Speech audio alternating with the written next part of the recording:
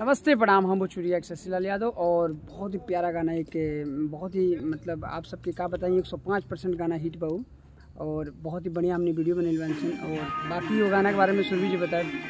नमस्ते प्रणाम, मैं सुरभि और बहुत ही खुशी की बात है, कल हम लोग का गाना रिलीज हो रहा है जिसका नाम है, क्या है गाने का नाम जी? डॉक्टर वाला गाना है, घोड़ी पे आला करके टाइटल है, आला करके कोई टाइटल है उसका। बहुत ही प्यारा सॉन्ग है, आप लोग जरूर देखिएगा।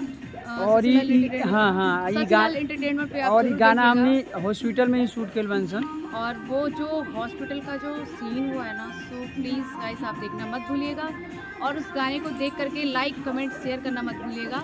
और सो दिल से और अभी एक से एक गाना आवता हमने शूटिंग के लिए बन कॉमेडी जोन के गाना बहुत बढ़िया पति पत्नी वाला बहुत बढ़िया गाना, बिल्कुल गांव देहात में जाके। और भी मतलब उस गाने को जो आप रिस्पांस दोगे प्लीज, मुझे पता है कि आप लोगों ने जिस तरीके से गाने को बहुत अच्छा रिस्पांस दिया था, ढोड़ी जने खाओ हुई, तो उसी तरीके से इस गाने को भी गाना क्या सब हाँ वो गनवा में ही तरह ली हाँ ढोड़ी जने खाओ।